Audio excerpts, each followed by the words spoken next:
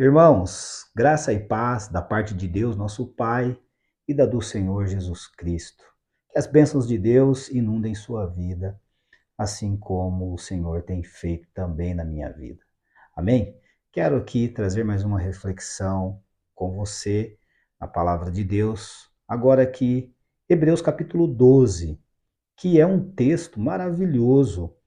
Perseverança no meio das provações, segundo o exemplo de Cristo.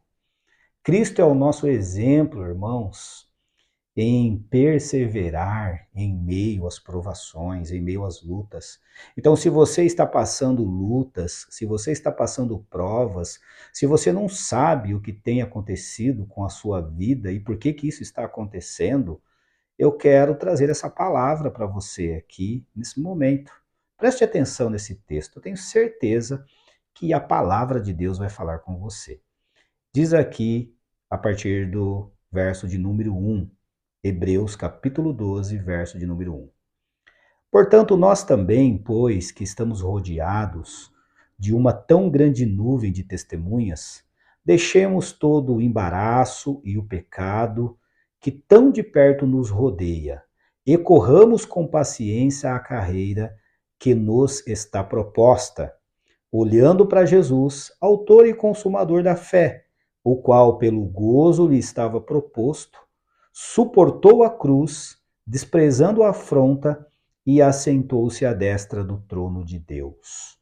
Considerai, pois, aquele que suportou tais contradições dos pecadores contra si mesmo, para que não enfraqueçais, desfalecendo em vossos ânimos. Ainda não resististes até ao sangue, combatendo contra o pecado. E já vos esquecestes da exortação que argumenta convosco como filhos? Filho meu, não desprezes a correção do Senhor, e não desmaies quando por ele fores repreendido, porque o Senhor corrige o que ama e açoita a qualquer que recebe por filho. Se suportais a correção, Deus vos trata como filhos. Porque que filho há a quem o pai não corrija? Mas, se estais sem disciplina, da qual todos são feitos participantes, sois então bastardos e não filhos. Além do que, tivemos nossos pais segundo a carne para nos corrigirem, e nós os reverenciamos, não nos sujeitaremos muito mais ao Pai dos Espíritos para vivermos? Porque aqueles, na verdade, por um pouco de tempo nos corrigiam, como bem lhes parecia, mas este para nosso proveito, para sermos participantes da sua santidade. E, na verdade, toda correção ao presente não parece ser de gozo, senão de tristeza, mas depois produz um fruto pacífico de justiça nos exercitados por ela. Amém? Olha só, irmãos, o que a palavra de Deus está dizendo para mim e para você, para nós continuarmos firmes em Deus, continuarmos firmes no Senhor, porque ele fala aqui que nós estamos rodeados de uma tão grande nuvem de testemunhas. Temos que deixar todo o embaraço de lado, né? Todo o pecado que de perto nos rodeia, ele diz aqui, e que nós possamos correr com paciência a carreira que nos está proposta. Irmãos, tem uma carreira para mim e para você. Tem algo de Deus para mim e para você percorrermos. Nós não podemos nos deixar levar pelas lutas, pelas frustrações da vida, pelas situações que muitas vezes nos rodeiam e tentam nos afastar de Deus. Ele fala aqui que nós temos que fazer isso como? Olhando para Jesus, autor e consumador da fé. Para quem que você está olhando, né? No que você está esperando? É para Jesus, é em Jesus que tem que estar os seus olhos. Os seus olhos precisam estar fitos no Senhor Jesus. Lembra de Pedro? Enquanto ele caminhava sobre as águas, enquanto ele estava olhando para Jesus, ele estava andando sobre as águas. Mas quando ele olha para o vento, ele olha para a tempestade, ele perde o foco e ele acaba afundando, né? Então nós não podemos perder o foco. O nosso foco precisa estar em Jesus. Ele fala aqui que suportou a cruz, desprezando a afronta, assentou-se à destra do trono de Deus. Jesus foi até o final. Ele suportou a cruz, ele suportou a afronta, ele suportou tudo e continuou firme, porque ele sabia que o Pai estava com ele. Ele sabia que o propósito de Deus era maior do que qualquer outra coisa. Assim também nós precisamos entender, irmãos, que o propósito de Deus é melhor, é acima de qualquer outra coisa na nossa vida. Aí o autor diz aqui: ainda não resististes até o sangue, combatendo contra o pecado. Jesus, ele chegou a ser crucificado e ele resistiu até o sangue, mas nós não, irmãos. É uma luta, é uma prova que vem, mas ela vai. Ela se vai embora rapidinho. Nós precisamos estar perseverantes em Deus. Precisamos continuar firmes em Deus.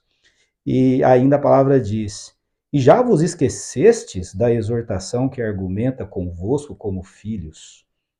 Filho meu, não desprezes a correção do Senhor e não desmaies quando por eles fores repreendido. Às vezes Deus está nos repreendendo, Deus está nos ensinando e nós estamos reclamando da luta, da prova, da tentação. Não desmaie, irmãos. Deus está no controle, Deus está no nosso barco. Amém? Ele fala aqui, verso 7, porque o Senhor corrige o que ama e açoita a qualquer que recebe por filho. Muitas vezes nós queremos receber as bênçãos de Deus, mas nós não queremos muitas vezes sofrer, muitas vezes as lutas, as provas pela qual o Senhor permite que sejamos submetidos. Então, nós precisamos suportar. E diz aqui no verso 7, se suportais a correção, Deus vos trata como filhos, porque que filho há a quem o pai não corrija? Então, quando nós suportamos a prova, nós suportamos a luta, Deus nos trata como filhos.